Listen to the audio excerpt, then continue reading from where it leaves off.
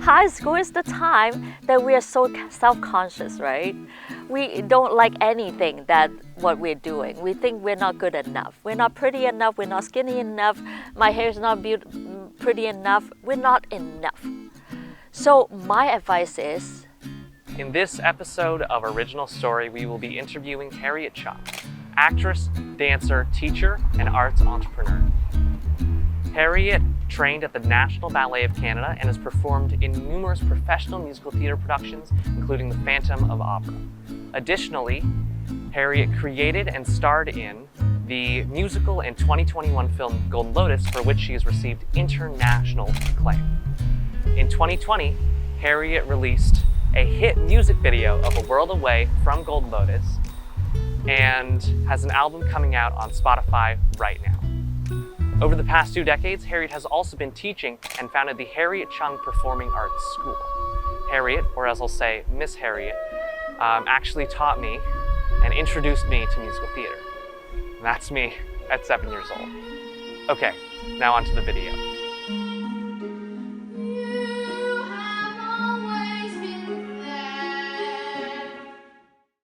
All right, hi, Ms Harriet.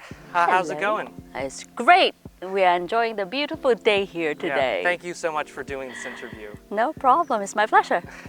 All right, so I just want to know, how did you start with the performing arts and performing? I think it's in my blood.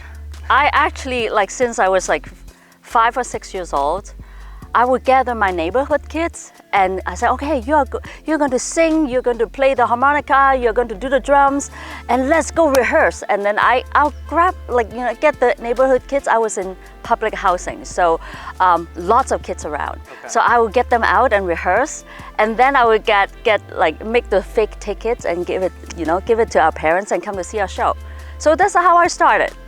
So I think it's in me. I like to entertain people. That time I met a really amazing mentor, and he said, okay, Harriet, you have to come and train with me, and you are going to be incredible. I just blindly believed that because I love dancing so much. And he took me by the hand, and from the elbow, finger, and toes, he actually trained me every day after the National Ballet, and he took me to his studio and he trained me. If it's not him, I would not become a dancer.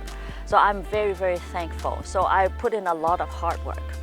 And then later on in my life, I have an opportunity to get into the musical called Tianmen Dreams. This is an unknown musical. It was put up, let's see. Yeah, my boyfriend and my husband now, my boyfriend at the time said, hey Harriet, there's a audition for a role that the girl needs to dance and sing.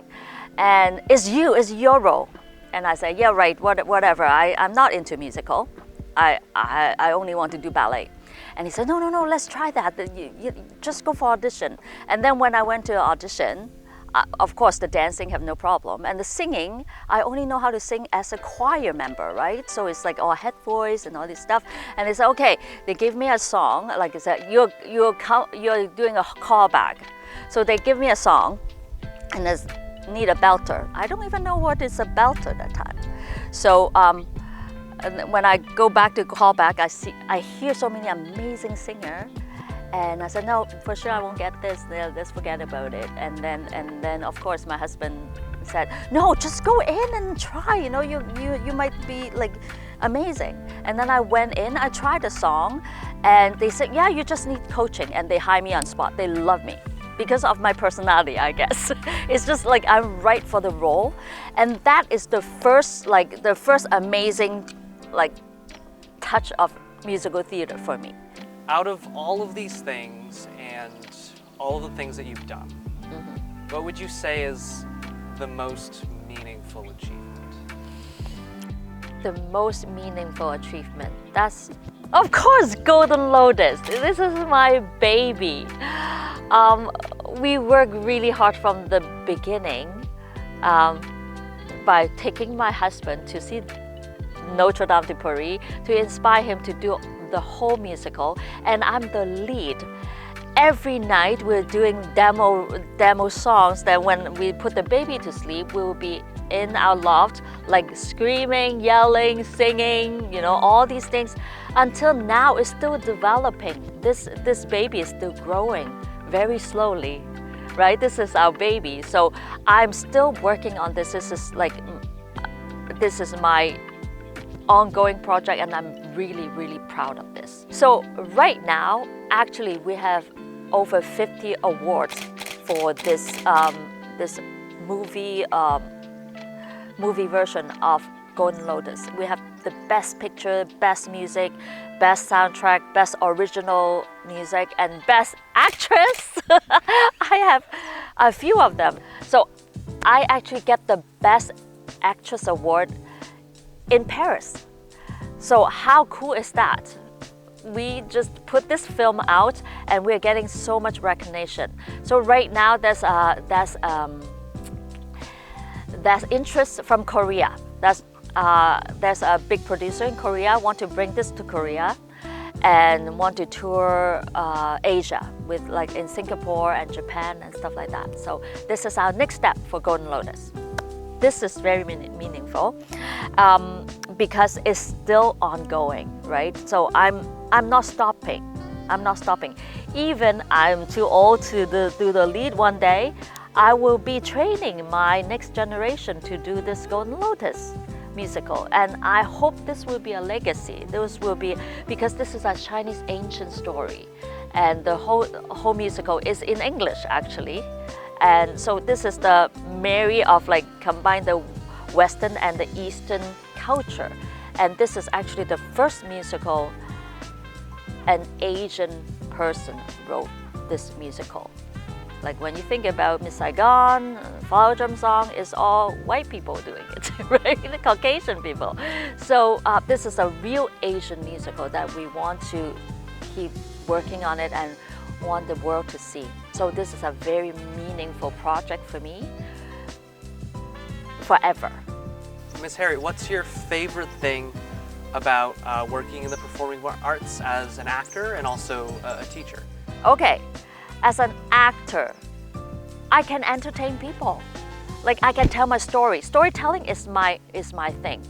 So when I can entertain you and you feel good or when you feel sad, you have all these emotions and you connect with me. And that is, as an entertainer, this is like, I fulfill my goal. This is why I love the performing arts so much. And why do I love teaching? Yes. I actually can change the life of a kid because when they come to me, they can barely talk. They can barely say their names. And then a couple years later, they will be singing and dancing in front of a crowd by themselves. So what is more fulfilling than that? I don't need them to become a professional dancer or a professional singer. They become a lawyer. They need that confidence in them. They need to talk well.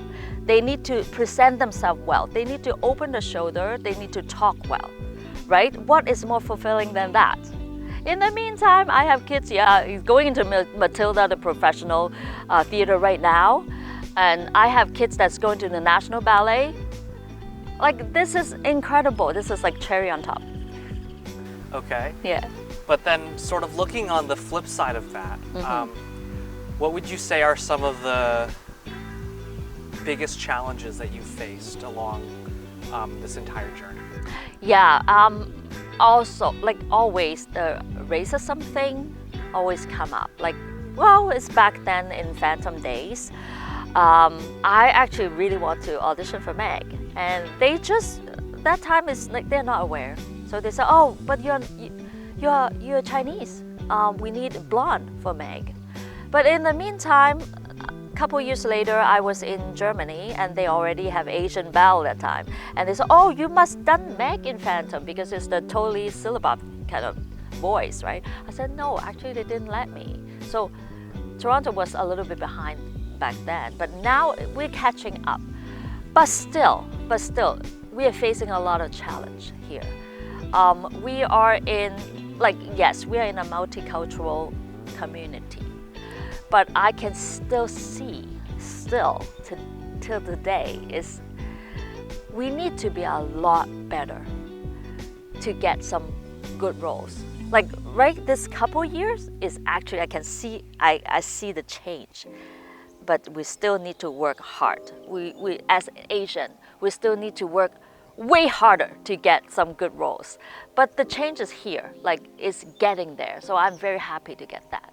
Are there any other challenges that are, I guess, important or of note?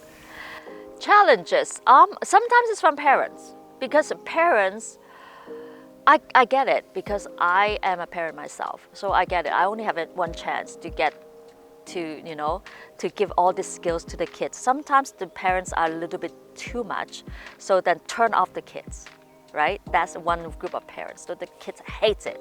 They don't want to do piano, don't want to do anything, singing, dancing, nothing, because the parents demand too much. But I have another group of parents that don't take this seriously. Some of the kids love it so much. They want to be professional, and the parents make sure this is just for fun, right? They just learn this and be good at it, but they cannot do this as professions.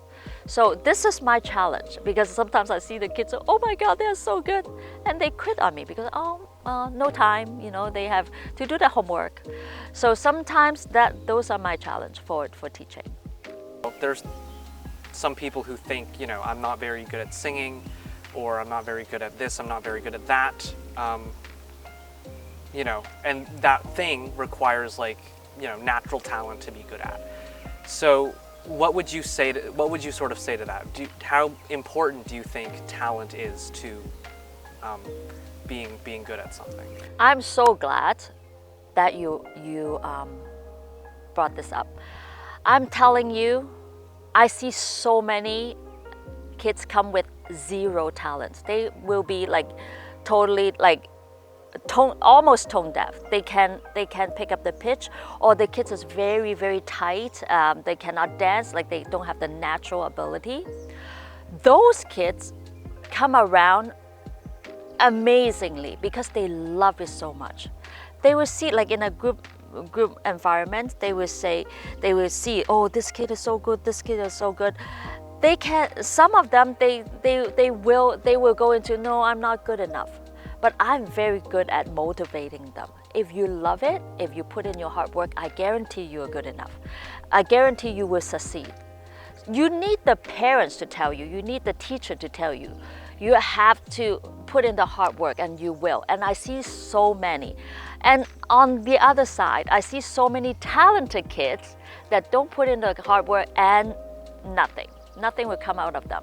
And I always say, this is the biggest example, your teacher, because I was told that I cannot be a dancer, I'm not good enough, and I was told I cannot be a singer, not talking about the Best Actress Award, right? Or my album is doing really well right now. I have, on Facebook I have 200 something share on my song, and 7,000 something stream on Spotify every month. So this is, I'm still not famous, but I'm still trying my best every day, right? And my best is good enough for me. If I look at Justin Bieber, 10 million followers, and I will be, I'm not good enough. No, I'm good enough because I'm doing my best every day. This is a signature question of this series, and I've asked everyone that I've interviewed. And I guess really the goal is to look for some advice for young people and for high schoolers to sort of use moving forward and really take to heart. If you could really travel back in time to when you were in high school, what advice would you give yourself? High school is my terrible time, because high school is the time that we are so self-conscious, right? We don't like anything what we're doing. We think we're not good enough. We're not pretty enough. We're not skinny enough. My hair is not pretty enough. We're not enough. So my advice is, your best is good enough. is always good enough. And just embrace and love yourself. Because if you don't love yourself, nobody will love you. Thanks for watching. Special thanks to Harriet for sharing your life stories and advice. We really appreciate it. Also, thank you to our editor Raymond for putting the video together. If you enjoyed this video, please consider subscribing, and if you'd like to share your experiences, please send me an email. All right, cheers.